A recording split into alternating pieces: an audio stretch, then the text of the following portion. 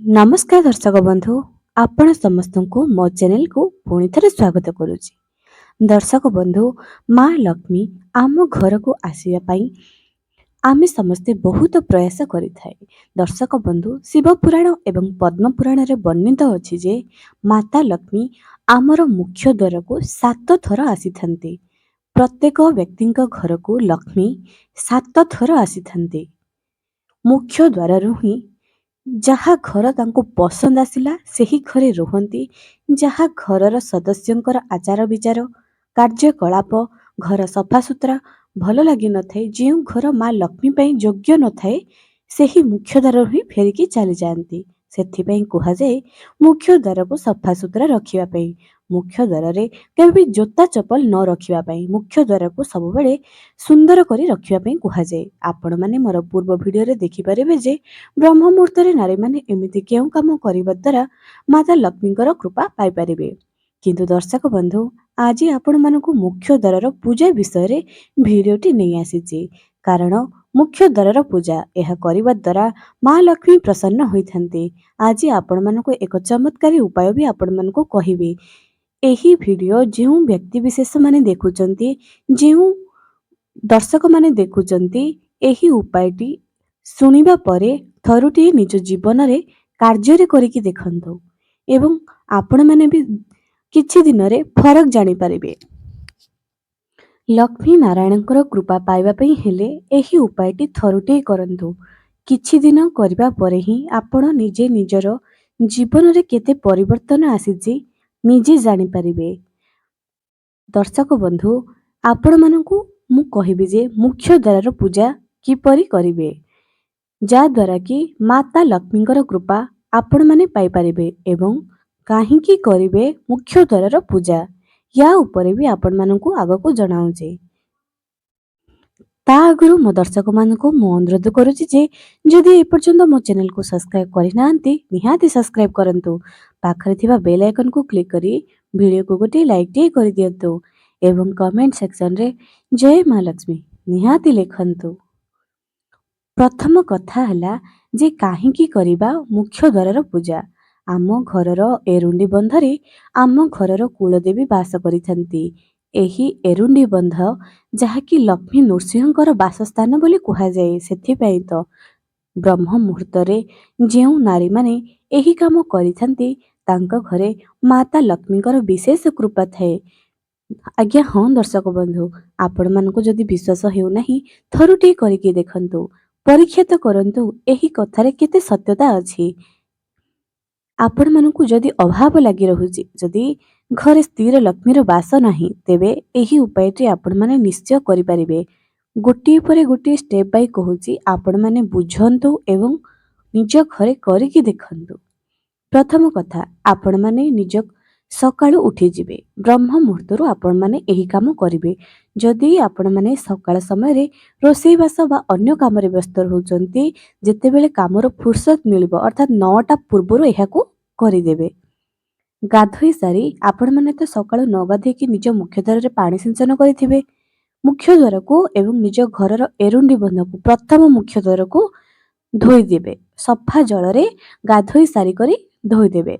धोई सारिबा परे जेतेबेले आपण माने रंगोली पकाइबे, माता लक्ष्मीकर दुई पटे दुईटा लक्ष्मी नारायणकर पाद पद्म बोली कहिबे। निज मन रे चिंता करिवे जे आपण गोटे पटे माँ महालक्ष्मीकर पाद चिन्ह पकाउचंती, गोटे पटे नारायणकर बा नृसिंहकर पाद चिन्ह पकाउचंती, लक्ष्मी नारायणकर पाद चिन्ह पकाउचंती बोली। एवं अलगा गोटे जगह छोटिया फूलटी करिवे। बेसी बड़ रंगोली कले आपणकर समय नष्ट हुए तो होई पारे, तेणु छोटिया छोटिया करंतु। तापरे हळदी आनिबे। हळदी रे निज घरर मुख्य द्वारर जो एरुंडी बंध अछि, वर्तमान जो माने मार्बल घर करिसंती, टाइल घर करिसंती, सेमानकर एरुंडी बंध नथिबो।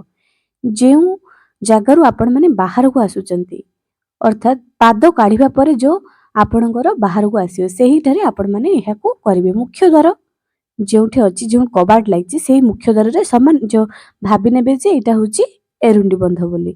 सेठारे दुई पटे दुईटी हळदी रे स्वास्तिक करिवे। हळदी को पानी रे पकाइबे नाही, बास हळदी को रंगोली करिबा परे दुई पटे दुईटी ସ୍ୱସ୍ତିକ ଅଙ୍କନ କରିବେ। ବାମ ପଟେ ଗୋଟେ, ଡାହାଣ ପଟେ ଗୋଟେ ସ୍ୱସ୍ତିକ ଅଙ୍କନ କରିବେ। ଏବଂ ସେହି ମୁଖ୍ୟ ଦ୍ୱାରର ଆପଣମାନେ ସେହି ତଳେ ଯଦି ଯଦି ଗୋଡ଼ ନ ବାଜିବା ପରି କାହାର ବି ଯେପରି ଗୋଡ଼ ନ ବାଜିବ ଏଥିପ୍ରତି ଧ୍ୟାନ ଦେବେ, ସେଠି କରିବେ। ନଚେତ୍ ଆପଣଙ୍କର ମୁଖ୍ୟ ଦ୍ୱାରରେ 5ଟି ହଳଦୀରେ ଟୀକା ଲଗାଇବେ। ଏହା ଶୁଭ ହୋଇଥାଏ ଲଗାଇବା ଦ୍ୱାରା। ତା ସହିତ ଟିକେ ଟିକେ ସିନ୍ଦୁର ବି ଲଗାଇ ପାରିବେ। ପ୍ରତ୍ୟେକ ଦିନ ସଫା କରି ପ୍ରତ୍ୟେକ ଦିନ ଠିକ୍ ଏହି ଉପାୟରେ ଆପଣମାନେ କରିବାକୁ ପଡ଼ିବ। ତାପରେ 2 ପଟେ ଫୁଲ ଟିକେ ଟିକେ ଦେବେ। ରଙ୍ଗ କିମ୍ବା ହଳଦିଆ ଫୁଲ ଭଲ ହୋଇଥାଏ। ତା ସହିତ ଯଦି ଆପଣଙ୍କ ବାରି ବଗିଚାରେ ଅଧିକ ଫୁଲ ଅଛି ଆପଣ ମୁଖ୍ୟ ଦ୍ୱାରକୁ ପ୍ରତ୍ୟେକ ଦିନ ଫୁଲରେ ବି ସଜାଇ ପାରନ୍ତି, କିନ୍ତୁ କାହାର ଗୋଡ଼ ନ ବାଜିବ। ଏତିକି କରିସାରିବା ପରେ ଏହା ଯେତେବେଳେ ଆପଣମାନେ କରୁଥିବେ ସେହି ସମୟରେ ମହାଲକ୍ଷ୍ମୀଙ୍କର ଗାୟତ୍ରୀ ମନ୍ତ୍ରକୁ ଜପ କରୁଥିବେ। ଓಂ ମହାଲକ୍ଷ୍ମୀଶ୍ଚ ବିଦ୍ମହେ ବିଷ୍ଣୁ ପତ୍ନୀଶ୍ଚ ଧୀମହି ତନ୍ମ ଲକ୍ଷ୍ମୀ ପ୍ରଚୋଦୟାତ୍। ମାଙ୍କୁ ମନେ ମନେ କହୁଥିବେ ଯେ ମା ମୋ ଘରକୁ ଆସନ୍ତୁ ବୋଲି।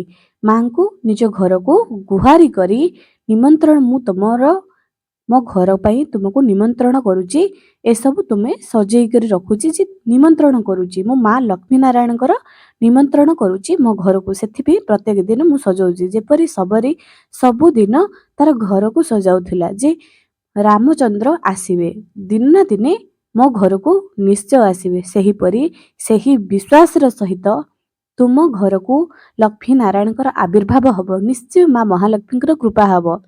ଏମିତି ଚିନ୍ତା କରି ପ୍ରତ୍ୟେକ ଦିନ ମୁଖ୍ୟ ଦ୍ୱାରକୁ ସଜାଇବା ଆରମ୍ଭ କରିଦିଅନ୍ତୁ, ସୁନ୍ଦର କରିବା ଆରମ୍ଭ କରିଦିଅନ୍ତୁ। ଆପଣଙ୍କ ପାଖରେ ଯେତିକି ବି ସମୟ ଅଛି 5 ମିନିଟ୍ ହେଉ ପଛେ ଏହି ଉପାୟକୁ କରନ୍ତୁ। ତାପରେ ସୋରିଷ ତେଲର ଦୀପ ସନ୍ଧ୍ୟା ସମୟରେ ଲଗାଇବେ ଏବଂ ସକାଳ ସମୟରେ ଆପଣ ଗୋଟାଏ ଦୀପ ଦେବେ ମୁଖ୍ୟ ଦ୍ୱାରରେ। ମୁଖ୍ୟ ଦ୍ୱାରର ଡାହାଣ ପଟେ ଆପଣ ମୁଖ୍ୟ ଦ୍ୱାରରେ ବସିବେ। ଆପଣଙ୍କର ମୁହଁ ହେବ ଘରର ବାହାର ପଟକୁ ରହିକରି ଆପଣ ଏ ପୂଜା କରିବେ। ମୁଖ୍ୟ ଦ୍ୱାରର ବାହାର ପଟକୁ ଦୀପ ଲଗାଇବେ। ଦୀପର ମୁହଁ ପୂର୍ବ କିମ୍ବା ଉତ୍ତର ହେବ। ଦୀପ ତଳେ କିଛି ଅରୁଆ ଚାଉଳ ଦେବେ। ଦୀପକୁ ସାଇଡ୍ କରି ରଖିବେ, ମଝିରେ ରଖିବେ ନାହିଁ। ଏହା ତ ଥିଲା ପୂଜା କିପରି କରିବେ ଏବଂ ଧୂପକାଠି ବି ଦେବେ। ପ୍ରଥମେ ସୂର୍ଯ୍ୟ ପୂଜା, ମା ବୃନ୍ଦାବତୀଙ୍କର ପୂଜା, ତାପରେ ଯାଇ ଆପଣ ମୁଖ୍ୟ ଦ୍ୱାରର ପୂଜା କରିବେ। ତାପରେ ଆପଣମାନେ ଗୋଟିଏ କଳସ ପ୍ରସ୍ତୁତ କରିବେ। ସେହି କଳସରେ ଜଳ ଦେବେ, ସେଥିରେ କିଛି ହଳଦୀ ପକାଇବେ।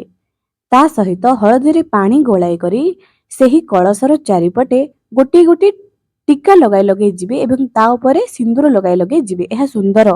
କଳସ ଯେତେବେଳେ ଦାଣ୍ଡରେ ବସାଉଛନ୍ତି, ଆପଣ ଯେତେବେଳେ ଘର ଭିତରେ ବସୁଛନ୍ତି, ଆପଣଙ୍କର ମୁହଁ ଯେତେବେଳେ ବାହାର ପଟକୁ ରହୁଛି, ସେତେବେଳେ କଳସ ଆପଣଙ୍କର ବାମ ପଟେ ରହିବ। ଘରକୁ ଭିତରକୁ ଯେତେବେଳେ ଆସିବେ ସେତେବେଳେ କଳସ ଯେପରି ଡାହାଣ ପଟେ ରହିବ। ସେହି କଳସକୁ ସୁନ୍ଦର କରି ସଜାଇ ଦିଅନ୍ତୁ ଏବଂ ଯେତେବେଳେ କଳସ ସ୍ଥାପନ କରିବେ, ରଙ୍ଗୋଲି ପକାଇଥିବେ, କିଛି ଫୁଲ ରଖି ତା ଉପରେ କଳସକୁ ରଖିବେ ବା ଗୋଟାଏ ଧାନ କିମ୍ବା କଞ୍ଚା କ୍ଷୀର ଯଦି ସୁବିଧା ହେଉଛି, କିନ୍ତୁ ପ୍ରତ୍ୟେକ ଦିନ ହଳଦୀ ପକାଇ ସେହି ଜଳକୁ ରଖନ୍ତୁ। ଏହାଦ୍ୱାରା ମା ଲକ୍ଷ୍ମୀ ଆକର୍ଷିତ ହୋଇ ଆସିବେ। କଳସକୁ ରଖିବା ବେଳେ ଆପଣମାନେ କହିବେ ଯେ ମୋ ଘରକୁ ଶୁଭ ଅତିଥି ମାନଙ୍କର ଆଗମନ ହେଉ।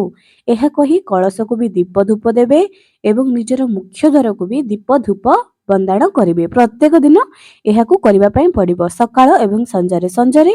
ଆପଣମାନଙ୍କୁ ହଳଦୀର ରଙ୍ଗୋଲି ପକାଇବା ଉଚିତ ନୁହେଁ। କେବଳ ଦୀପ ଧୂପରେ ସେହି ଆପଣଙ୍କର ଦ୍ୱାରବନ୍ଧକୁ ଟିକେ ଲଗାଇଦେବେ, ଦେଖାଇଦେବେ ଦୀପ ଏବଂ ଧୂପର। ଦର୍ଶକ ବନ୍ଧୁ, ଏପରି ଆପଣ କରନ୍ତୁ, ଦେଖିବେ କିଛି ଦିନ ଭିତରେ ଆପଣଙ୍କର ଜୀବନର ପରିବର୍ତ୍ତନ ଆପଣ ନିଜେ ଦେଖିବେ। ଏବଂ ଗୁଣ୍ଡ ହଳଦୀକୁ ମୁଖ୍ୟ ଦ୍ୱାରର ଯେଉଁ ଏରୁଣ୍ଡି ବନ୍ଧ ଅଛି ସେ ଚାରିପଟେ ଟିକେ ଟିକେ ହଳଦୀ ସିଞ୍ଚନ କରୁଥିବେ ପ୍ରତ୍ୟେକ ଦିନ। ଏହା କରିବା ଦ୍ୱାରା ବୃହସ୍ପତି ମଜବୁତ ହୋଇଥାଏ।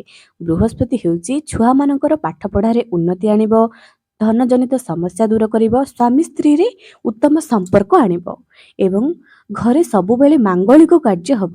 ବୃହସ୍ପତି ଯାହାର ମଜବୁତ ଥାଏ ନା, ଏସବୁ ଥାଏ, ବହୁତ ସାରା ଜିନିଷ ସେ ପାଇପାରିଥାଏ। ଦର୍ଶକ ବନ୍ଧୁ, ଏହି ଉପାୟଟି ଆପଣମାନେ ନିଜ ଜୀବନରେ କରିକି ଦେଖନ୍ତୁ। ଯଦି ଆପଣମାନଙ୍କୁ କିଛି ଡାଉଟ୍ ହେଉଛି ପଚାରି ପାରନ୍ତି, ଏହାର ସମାଧାନ ବି ଆପଣମାନଙ୍କୁ ନିଶ୍ଚୟ ମିଳିଯିବ।